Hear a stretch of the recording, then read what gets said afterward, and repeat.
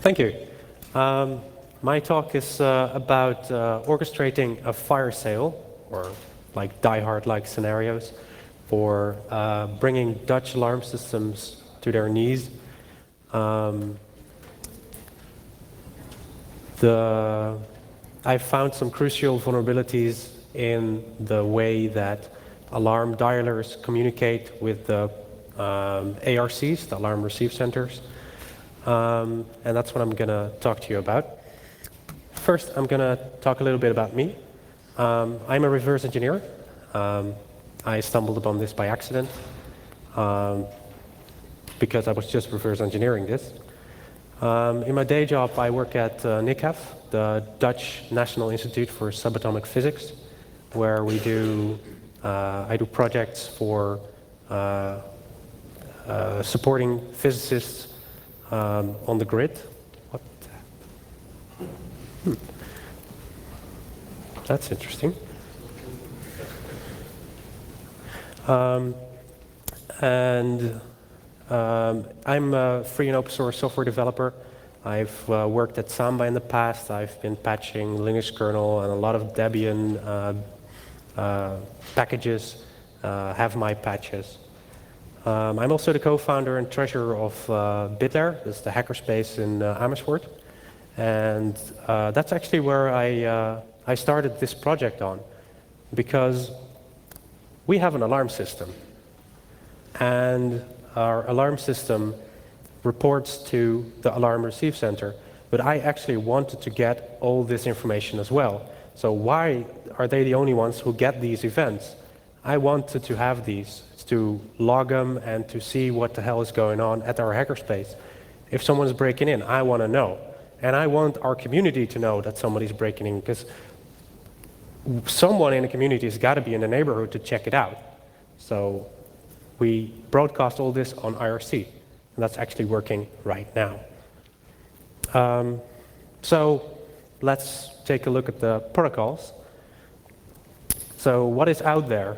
For those not familiar with alarm systems, there's a couple of legacy analog protocols. Actually, there's tons more variations, but these are the most important ones. The SIA, and there's the extended SIA for analog, and there's the ADEMCO contact ID. And all the other protocols are actually evolved from the analog protocols. On the IP landscape, we have SIA HS, that's HS for highly secure. It is not. We have Baan SecIP, that is a protocol that actually tried to implement good crypto, but failed in quite a bit of what they were trying to do. Now there's the Chiron proprietary protocol that's not really all that leaky, except that they have the option to turn off encryption, not working. And then there's the ADEMCO IP protocol, which is very simple. I have not actually looked at it properly, but I've seen several messages that were completely identical, so I know it's not good crypto. So I'm gonna check that out later. And there's the American standard and the German standard, which I have not looked at all because I have to pay for the standards. And I don't want to do that. So there's a fatal problem with the industry. There's a couple of fatal assumptions that are made, a couple of fatal mistakes, and I'm going to talk to you about two protocols, the SIA-HS and Baan SecIP, and how big the problem really is. But first I'm going to talk you to a couple of assumptions that seem to be going around in the security industry, or at least the non-digital security industry. Well, one of the things they were actually actively trying to do, the same for the PIN, is like, okay, I can have a secure connection just by setting up a certification policy for internet service providers. So if I certify the internet service provider that they have secure communication or some sort of they're good enough infrastructure, and then I'm gonna peer with them directly, and then everything must be secure, right? No. That's not how the internet works. You cannot trust a packet on the internet. So if you certify an ISP, it's not going to help. You have to treat the entire chain as being untrusted, which they're not doing. Well, source headers can be trusted. Well, I've seen this assumption in a couple of protocols. If the source IP matches, it must be legit. No, it is not. It is not an analog system anymore. You cannot trust the caller ID. And even in the analog world, you couldn't trust the contact ID anyway. Bad. Well, apparently they do not think a session can be hijacked. So they assume that on the internet, packets sold from the same peer, which is incorrect as well. Yeah, I don't think I have to explain that to this crowd. This one is actually pretty interesting. If I have a proprietary protocol and I use some fancy encryption, which my electrotechnics came up with, nobody can decode this. It's going to be secure, right? Well, no. The Alphatronics product catalog specifies that it's impossible to decipher the message using their CHS protocol. Well, we're going to look at it later and see how secure it really is, but I can guarantee you it is not impossible. But I like to do impossible things before breakfast anyway, so. Yeah, certification, very interesting. So the security industry works a lot with certifications. If you have a certificate on your product, it means it's secure. No matter what vulnerabilities are in there, as long as the certificate's on it, and the assurance companies are happy, and the product will be good enough, it will be secure. In fact, the Alphatronics send out a security bulletin to their customers saying, we emphasize that the uncovered vulnerabilities do not influence the product certification. Really? Interesting. So the certification actually means nothing. Exactly. It doesn't mean anything. It does not mean it's secure, which they assume that it is. Same for this proprietary protocol. I mean, if I send a packet and I craft it a specific way and the other side can decode it, must be impossible for others to do this. Yeah, no, that's not true. We can reverse engineer this, no problem. Same for this one. If it speaks the same protocol, it must be a valid peer. So if I can establish a communication, we actually speak the same language. The other side must be trusted, right? No. Wrong. This one is actually one that was made by Baan for their SecIP protocol. They have implemented crypto. They could have done it right, but they almost got it right, the encryption, but they did not actually verify who they were sending it to. They did not do identity checks. So basically we're doing RSA security and using that to send out an encrypted AES key for the session key. So if they would have done it right, they would have a secure connection, but no way to know who they were talking to. Incorrect. Encryption is not enough. This is actually the Chiron case. If you are a security company and you give your alarm centers the option to disable the encryption, you cannot assume that they're not going to do this in a live deployment. I've actually seen alarm receive centers operate without encryption, and the encryption in the Chiron protocol is also the identification, because they use a rotating key, and it would be secure if it was enabled, because the key was only known to the other party, and if the key matches the encryption, you would have at least know that the other side has the proper key. But if you're going to turn off the encryption, you're actually making the entire protocol anonymous again. And this is actually a live deployment right now in the security industry. It's, yeah. Apparently it is easier for the alarm receive centers to have their technicians that are on site just plug in something and configure the IP and say, oh, okay, now it's secure. But it's not. And just enable the encryption, make sure the other side configures a key or whatever, but turning it off, bad. Don't have this option. And the final assumption that are made is like, if you are an alarm system electronics engineer, it does not mean you understand internet security. Doesn't mean you can't design it, but you can assume that you can. Internet security is a business. You can, I mean, if they would have used something like SSL for a secure communication channel, they would at least offload this to a library that would actually do all the security for them. But the way it's implemented now, everybody is doing their own sort of obfuscation methods, and it's actually not secure in any way. So don't have your electronics engineers design your security. Have security engineers design your security. Well, let's go through the alarm dialer basics. There's a couple of acronyms in my slides. I try to limit them, but there's a couple I cannot really avoid. There's the ATE, that's the alarm transfer equipment, or I'm trying to call that the dialer as much as possible.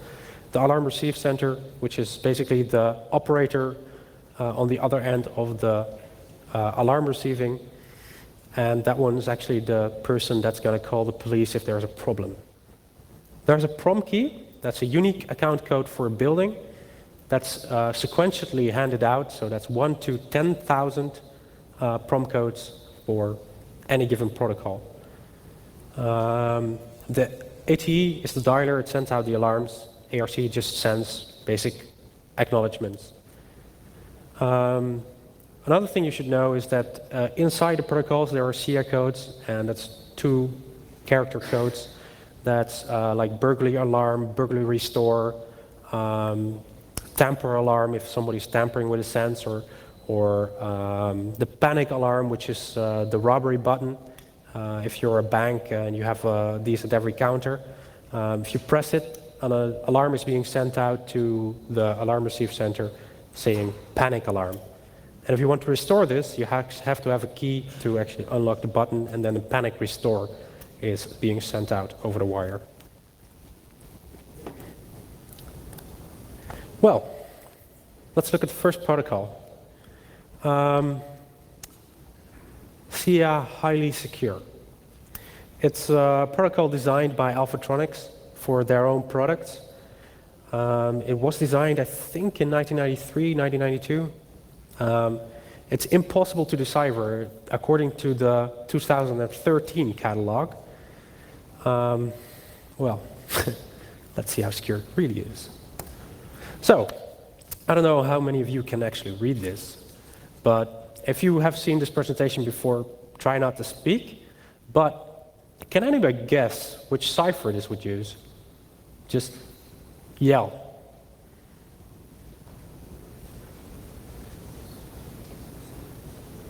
Okay, tough crowd. That's okay. You are looking at a packet. This is a packet that's being sent out from the dialer to the protocol. This is actually a protocol dissector you're looking at. It's called Wireshark. And this is basically a basic IP header. And from the highlighted parts, what the hell? Okay, from the highlighted part, that's actually the protocol part. So one of the things you'll actually see is that there's a repeating pattern in here. We see here that there's a lot of B6, B6, B6, B6, B6, B6, B6, B6 going on.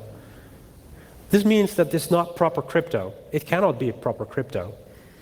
My first instinct when I saw this was, okay, let's try and get this to a XOR cipher and try and XOR this entire string with B6. Well, I made a small script for this, just exporting the byte array from Wireshark, just paste it into Python, XOR it with B6. That's what you see here. And voila, we have a decipherable message. Some of them is actually not ASCII, so forgive me if so you can't read all the characters, but you can actually see that this is a registration request. This is actually the heart of the protocol. In this couple of minutes, we've actually broken the protocol already.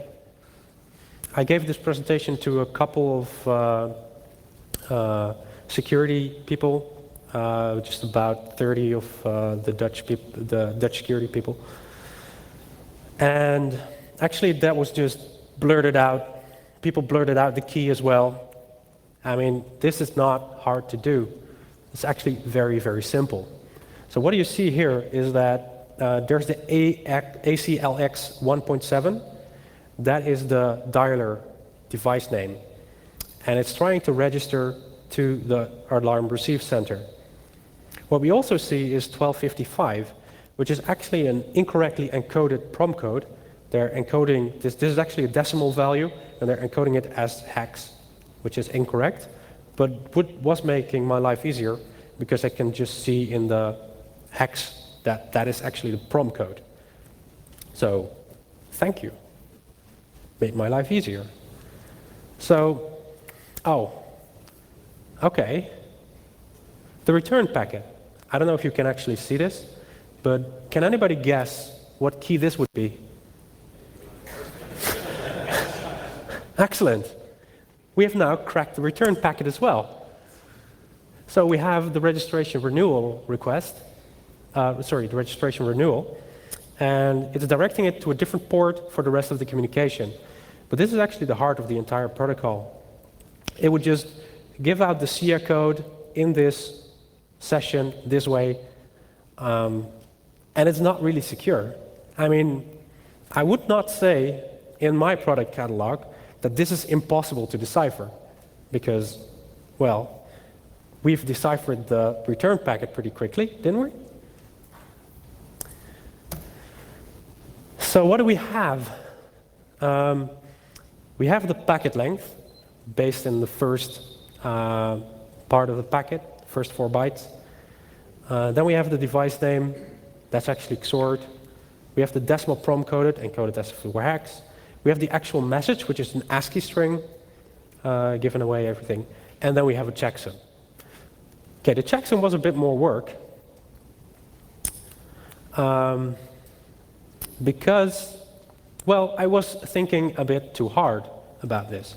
I was seeing a 16-bit key, and I was trying all the algorithms like CRC and all the CCIT values, CRC10 to CRC16. I was like, shit, why doesn't this work? Well, then I just put all the messages together and I saw, well, larger packets seems to generally give higher checksums. I think, this is odd. A checksum shouldn't do that. But it must be either multiplication or addition if it's getting higher with the increased packet length. So I was like, oh, maybe it's a sum of all the bytes. Yes, it is. It's not actually a checksum. Shit. So there we go. That's the entire protocol, just in a nutshell. I have a code online for this protocol. The CHS-ARC implementation, I do not have the exploit code for this to actually send out alarms, but it's very possible to do. I have a SecIP ARC implementation already, which is the other protocol we're going to talk about just a little bit later.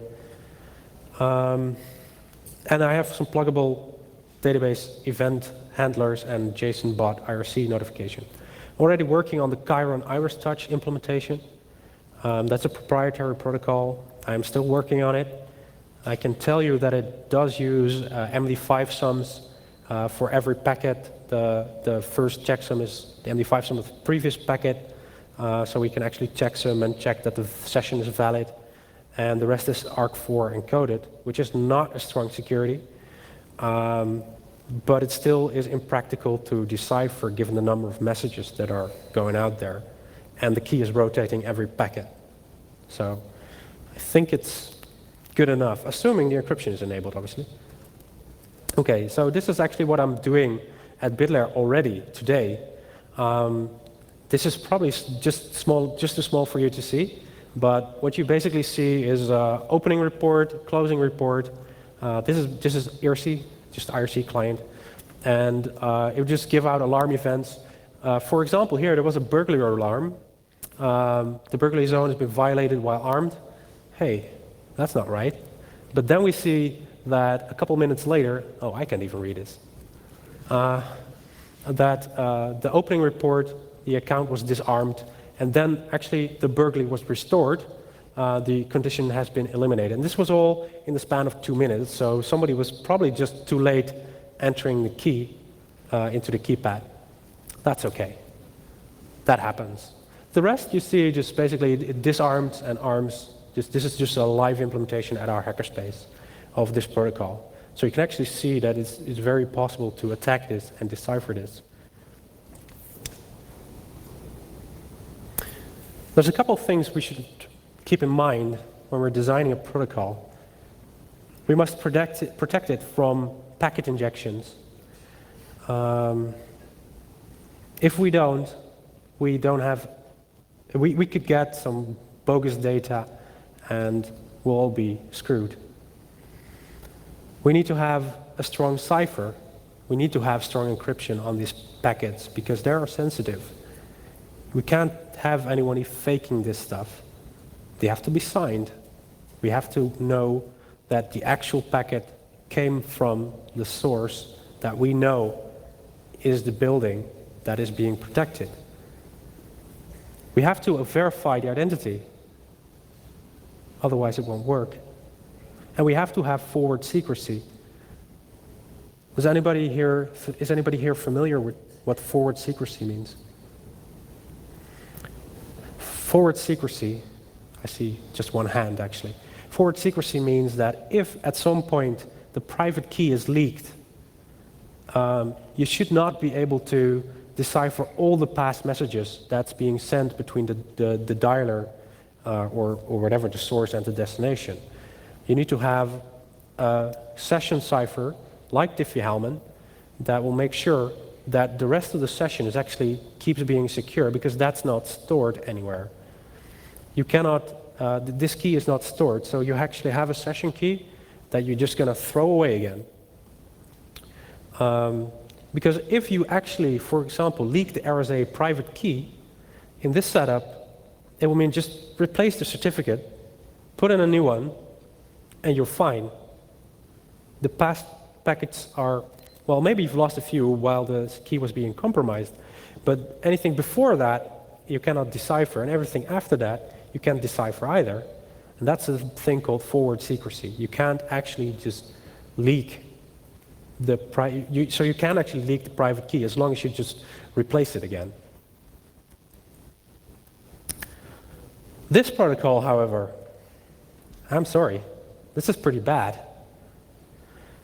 There's no identity verification in CIHS. There's no session protection.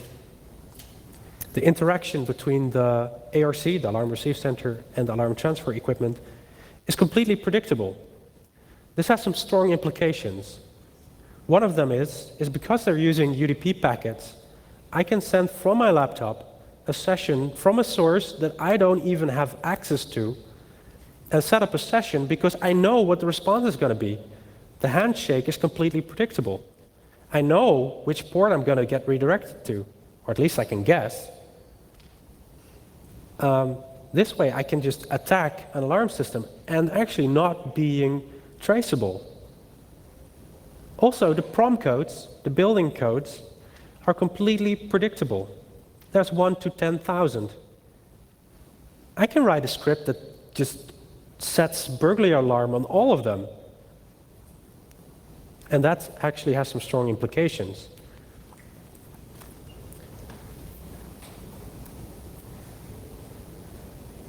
I can do a man-in-the-middle attack. I can intercept the packet, send out only the packets that I actually want the alarm receive center to know about, if I just get in the middle. That's actually not the major pain in this protocol. The biggest pain right now is that I can send false alarms from anywhere while remaining anonymous.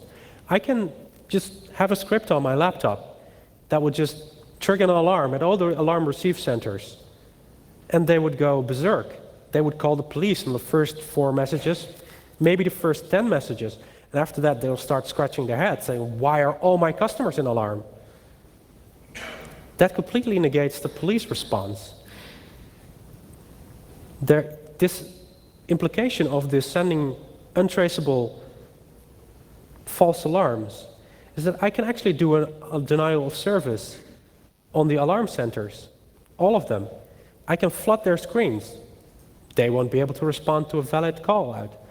There's not going to be any fire alarms anymore. There's not going to be a burglary response, and there's also not going to be a robbery response anymore.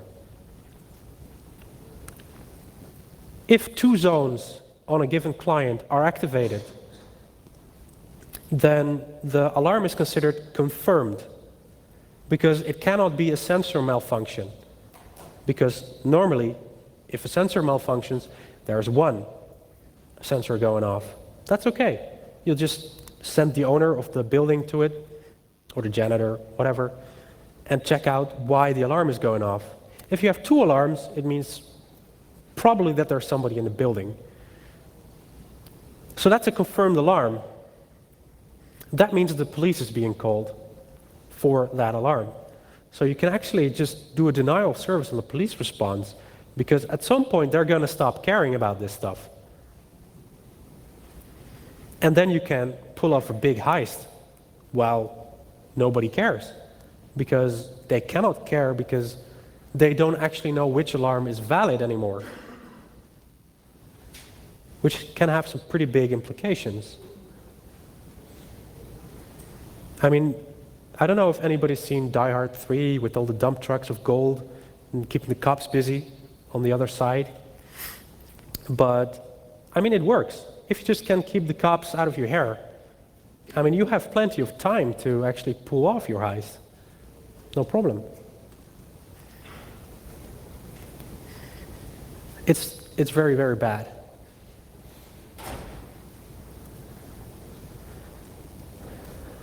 But the problem is not that I can do this, because I won't.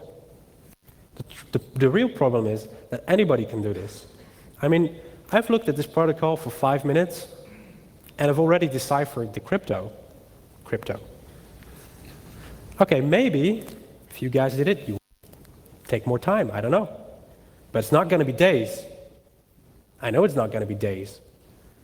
This stuff is bad. It's really, really broken. It has to be fixed. It really has to be fixed. Then there's the other protocol. This is the branch organization of all Dutch alarm institutes in the Netherlands. They're united, and they have designed their own protocol. This protocol is from 1996, 1997, I think. Basically what they do is they send out the RSA public key of the alarm receive center to the ATE. The dialer, the ATE, then uses the public key to send out the AES 120 session key. Then you have a secure communication channel, right? It's supposed to be secure. Well, if they had done it right, you would have a secure communication channel if they didn't forget about this thing called secure cryptographic padding, which I'll not go into too deeply, if you don't mind. But it's not going to be secure. No. There is a secure channel, sure. But who are you talking to? You just don't know, because you're not storing the public key, and you can get a different public key for every session. You cannot store the public key. So you don't know who you're talking to. And again, that has some strong implications.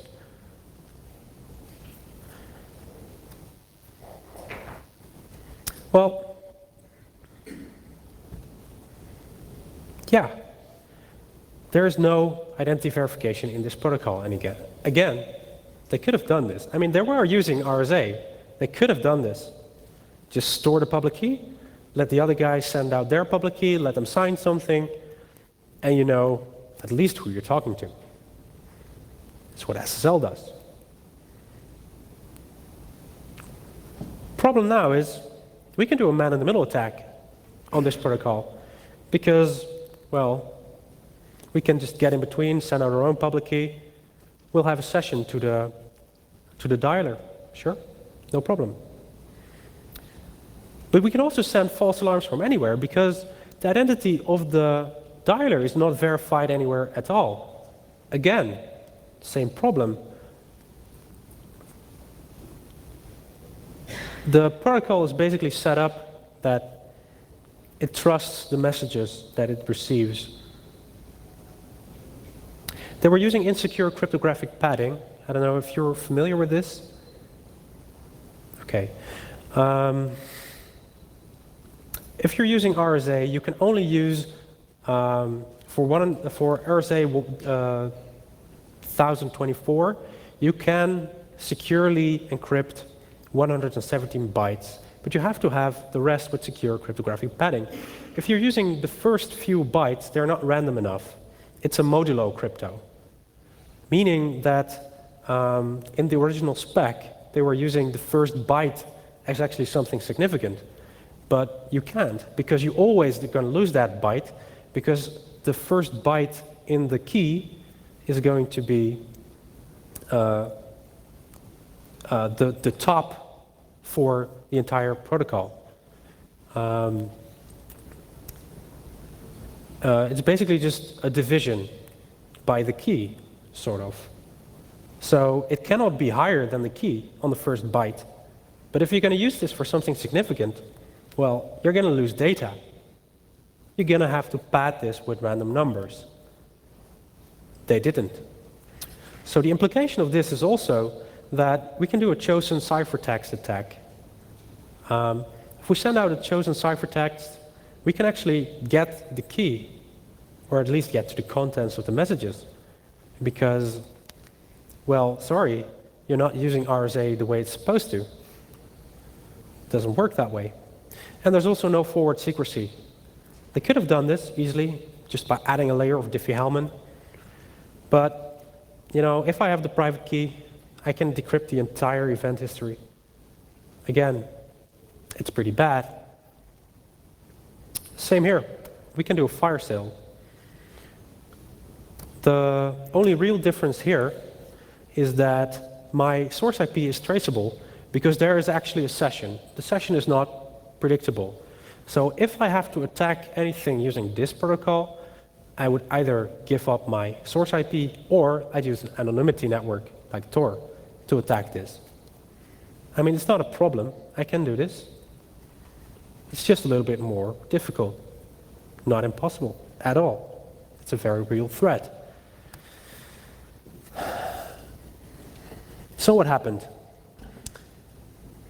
I reported this problem in CIHS in August 2012 to Alphatronics. I got no response. But I didn't have really time to follow it up. But I did have time to do another protocol, because that's fun. I reported that in September. I got no response. Just about 3 weeks later, we did a small-scale publication at Hack in the Random 2600L databox. That was actually the talk I referred to earlier, where we actually just did crack this protocol live on stage. That actually helped. Interesting.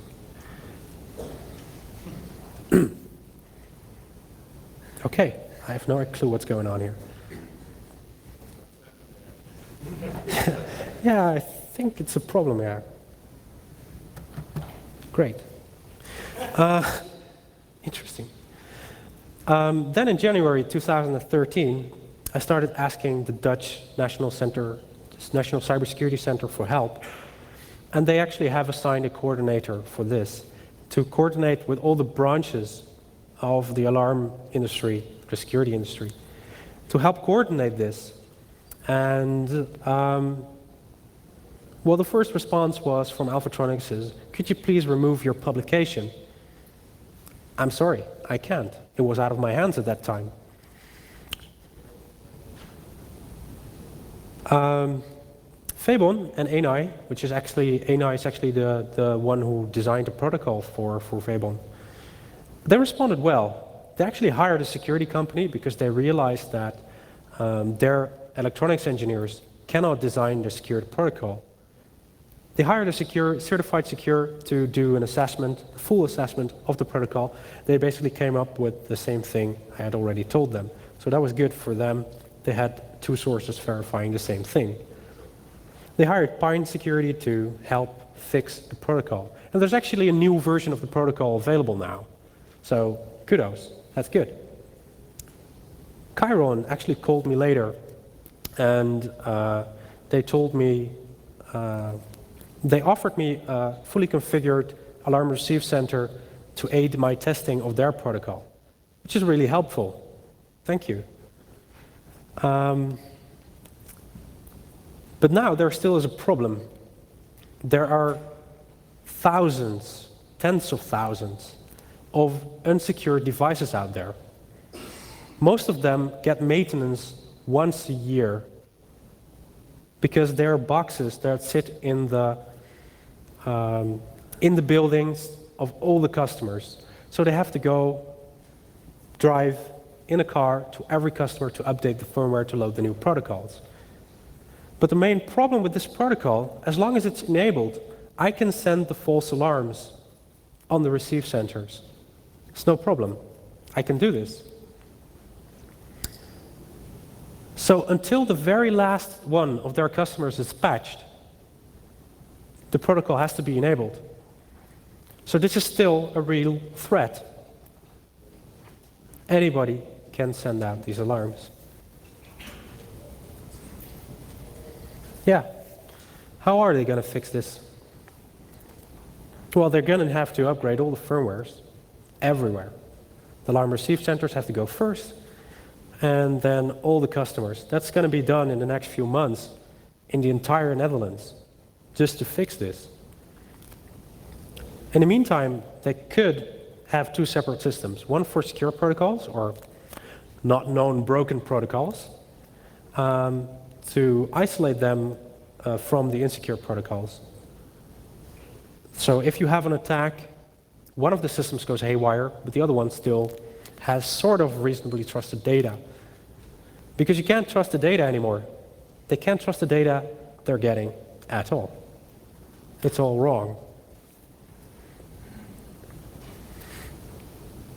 So yeah, my code's on GitHub.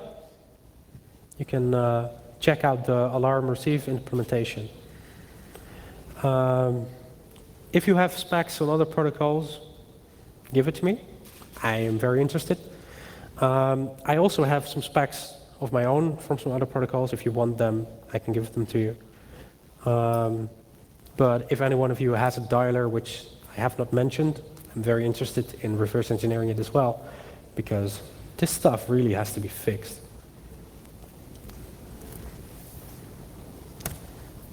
So thank you. Check out some of the other products I'm working on.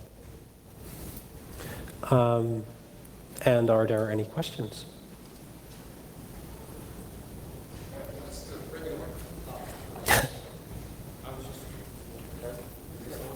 No, it's not on yet. Have you had a chance to look at the updated version of SecIP? I have looked at the upgraded version, and it's actually looking pretty good. They have fixed all the vulnerabilities that I could see.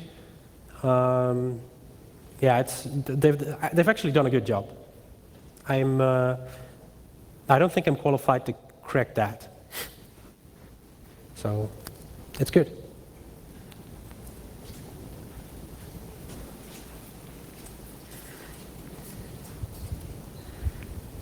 I was kind of wondering that you mentioned this very simple XOR attack with two numbers, and are these numbers always the same for every 2 points between client and center, or is there at least some dynamic behavior? Okay. Yeah, I used to think so. When I gave my first presentation, I thought this was fixed. But then I looked at the firmware and I actually saw that there is a lookup table for every packet. It gets looked up, something in the header that triggers it. And the cipher is actually a rotating cipher based on some value that's set in the first 4 bytes of, or actually the 4th to 6th byte, I think, in the protocol. But it's hard-coded in the firmware, both on the alarm receive center side as on the ATE side. So yes, in real deployments, I've only seen these 2 numbers, but I know there can be other numbers. But I mean, it would be very, very easy to crack. Just do a statistical analysis or just look at the packet and it just falls apart. So yeah.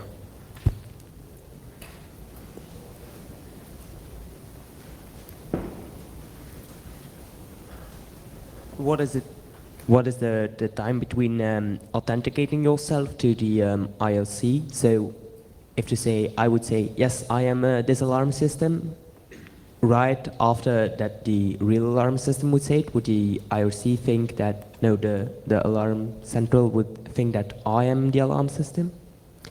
Or how do they say? No, yes. you don't actually have to, the timing is not even relevant. I mean, you can just trigger an alarm or submit a restore anyway. But not triggering the alarm, just because it authenticates as well. It says, yes, I'm here, I'm fine, I presume. No, it does not authenticate. Well, it sets up a session, but it does not really authenticate. So you can just create another session and send out a different packet. The timing is not even relevant. And what is the lifespan of a session? That varies. It's not defined. Okay. So until the firmware is rebooted or whatever, it's not defined. And does the alarm central keeps the old session open? When I start a new session from another device, does it keep the old session open? Okay, this is all UDP based. So it's not actually a session as such. There is a handshake in the beginning of when the device boots. And after that, it's just a matter of sending the alarms via UDP. So no, it's not, timing is not an issue or anything. It's just, you can send anything.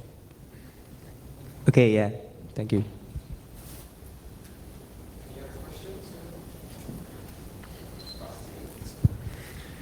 You said you'd had a look at some of the firmware for these dialers. Yeah. First of all, how do you get the firmware? And second of all, have you had a look for any exploits in the comms? I got the firmware mostly by pressing the upgrade firmware button on the device and just capturing the traffic. Because that's another problem. I haven't even mentioned this. When you press update, it will just contact a fixed IP address to get the update. It does this over an unsecure protocol. It's not signed. If you want to have your own code in there, just hijack that specific IP and send out false firmwares. Yeah.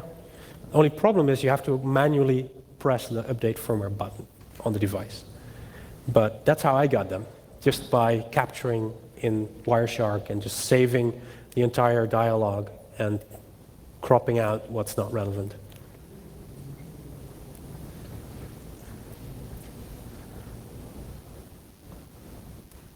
Questions? Excellent research, really cool. I know you mentioned just a bit about the disclosure part. Yeah. Can you elaborate just a bit more? How was their response? Were they hostile? Did they got more questions for you, or was it simply just accept your findings and thank you, that was it? It was a bit mixed because it's actually two protocols. So there's two parties involved. Actually, there's more parties involved. So with some of them, I get the vibe that they were being annoyed. So why do we have to fix this? And isn't everything broken anyway? Yeah, not the proper response. But actually, Vibon and Enai just were very happy to accommodate this. And actually, from their point of view, it was, okay, very good. Now we can actually review the protocols that we have in place for this, because apparently there's no protocol in place for security incidents at the security companies. Yeah, so they were like, oh, actually, yeah, good point. We have to implement these protocols. And they were actually very happy that I reported them and not just started exploiting them, because I could have done that. Anyone else have any questions? No. All right. Well, thank you very much, Wilco.